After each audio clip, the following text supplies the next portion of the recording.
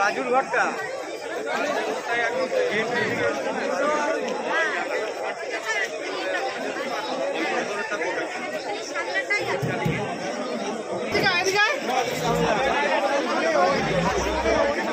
তুই দেখেছিস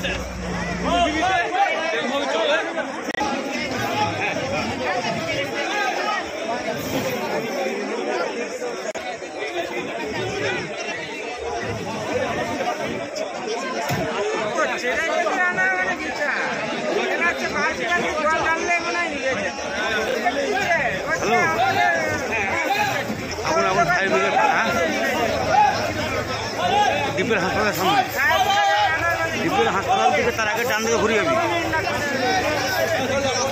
ঘরে ঘরে কোয়ার্টারের ভিতরে।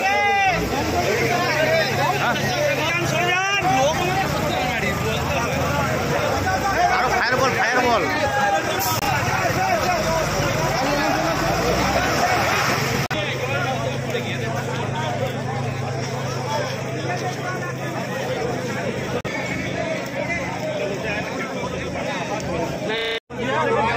বাড়িতে কেউ ছিল না ওদের, এখানে এসে দেখছি যে দাও দাও করে আগুন জ্বলছে, আর কয়েকজন লোক আছে তারা ফায়ার ব্রিগেডে ফোন করার চেষ্টা করছে।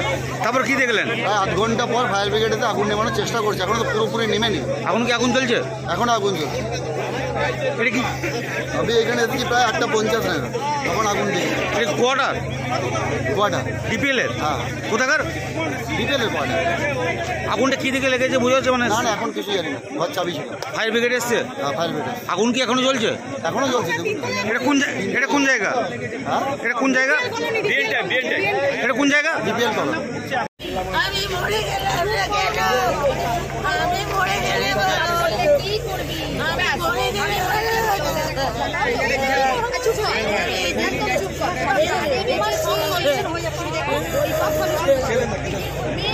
চিন্তা কেন চিন্তা করো না।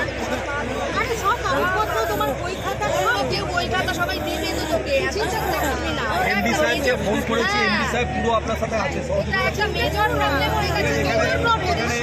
আমরা তো এই যে দেখছি, আমরা দোতলায় থাকি।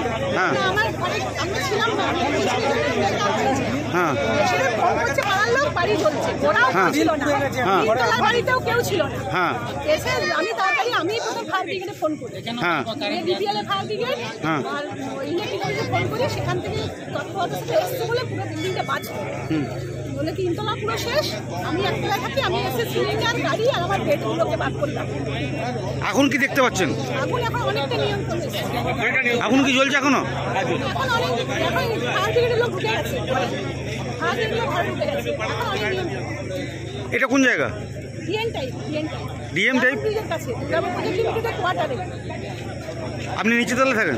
হ্যাঁ, আপনার নাম? মৌসুমী